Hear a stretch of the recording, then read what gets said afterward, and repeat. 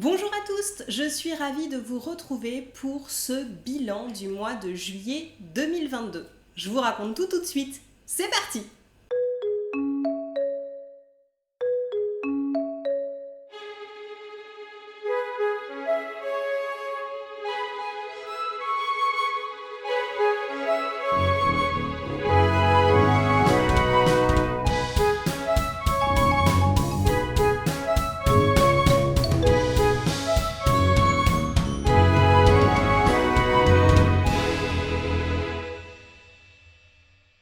Ce mois de juillet 2022 est pour moi un petit peu particulier parce que normalement depuis que je donne des cours particuliers, c'est-à-dire depuis plus de 10 ans maintenant, juillet est normalement le mois où je n'ai pas du tout de cours et cette année ça n'a pas été le cas. Donc en fait ma société de cours particuliers a continué à fonctionner alors que d'habitude c'est un mois avec un chiffre d'affaires à zéro.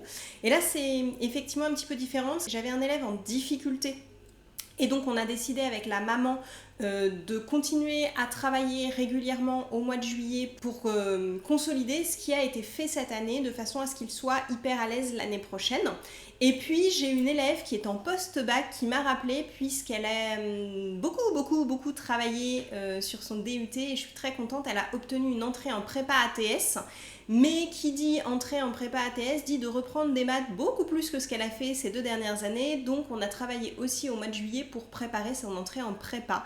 Et donc on a revu des choses du programme de terminale. Et donc c'est pour ça que mon rythme a été un petit peu différent des années précédentes. Le mois de juillet aura été marqué pour moi par 2 choses majeures. La première, c'est que ça a été un mois très social pour moi. Ça fait plusieurs mois que je m'étais repliée sur moi-même, que j'avais fait beaucoup d'introspection, que j'avais beaucoup été chercher qui j'étais. Et là, étonnamment, le mois de juillet a été un mois très social. Alors, il y a les amis que j'ai continué à voir régulièrement, qui sont mes amis proches, qui sont proches de chez moi. En plus de ça, j'ai passé du temps avec ma famille, dont la majorité, je ne les avais pas vus depuis Noël. Donc voilà, ça aussi, ça a été un temps qui est différent. C'est des moments où on ne vit pas de la même façon, puisque du coup, on vit un peu plus en groupe, moi qui maintenant vis toute seule.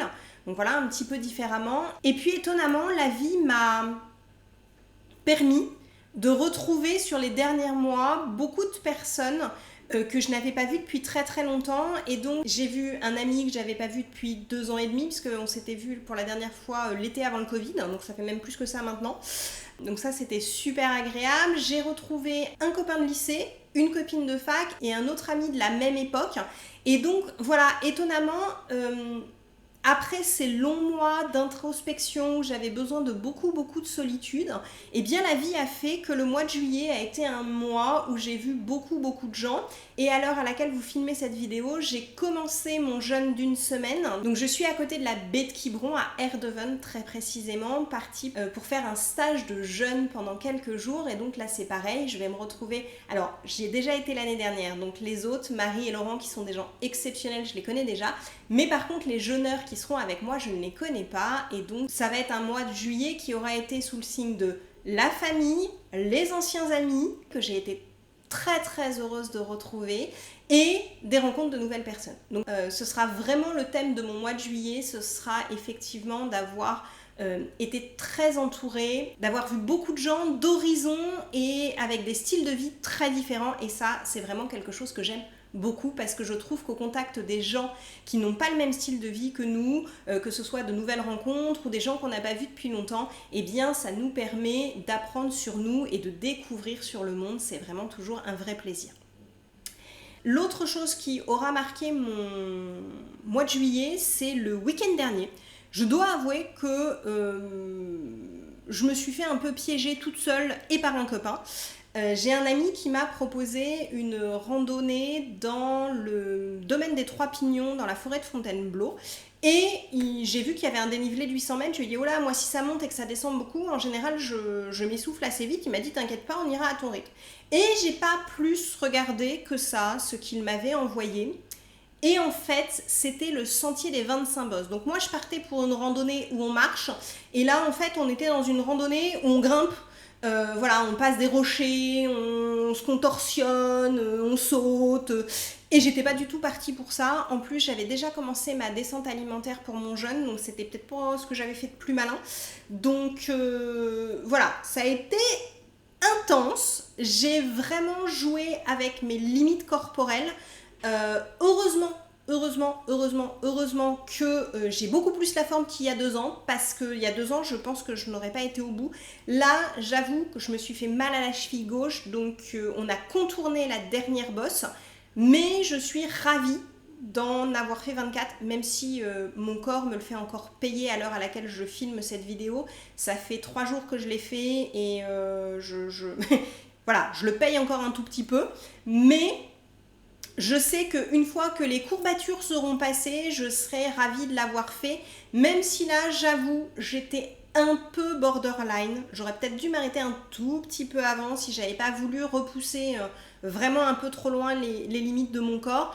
Mais je suis toujours là, je sais que j'en serai fière dans quelques jours et ça aura, je vous dis, bien marqué mon mois de juillet parce que voilà, je suis vraiment d'une sortie de ma zone de confort, parce que si j'avais su avant, j'aurais dit oulala, j'étais pas capable. Donc en fait, des fois, encore une fois, on se met des limites plus basses que ce qu'on peut réellement faire. Et là, je me le suis encore prouvé, en tout cas moi, concernant le sport et l'activité physique, c'est toujours le cas. Je me mets des barrières bien plus tôt que ce que mon corps peut faire et de ce que je peux faire même avec mon mental, parce que pour être honnête avec vous, les 3-4 dernières bosses que j'ai fait, j'avais déjà la cheville gauche en vrac, je les ai faites au mental. Donc, mon mental, mon corps peuvent m'emmener beaucoup plus loin que ce que je m'autorise à faire. Et donc, c'est toujours intéressant d'aller de temps en temps dépasser ses limites, sortir de sa zone de confort. Parce qu'encore une fois, si j'avais lu en entier le lien que m'avait envoyé l'ami en question, je pense que j'aurais dit que j'en étais pas capable. Et en fait, j'ai fait 24 sur les 25 bosses.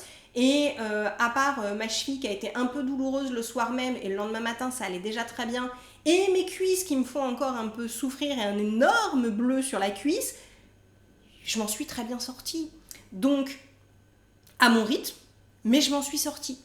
Donc, n'hésitez pas à aller sortir de votre zone de confort, à essayer des choses, à laisser vos amis, votre famille vous emmener dans des trucs où vous dites non, j'y arriverai pas.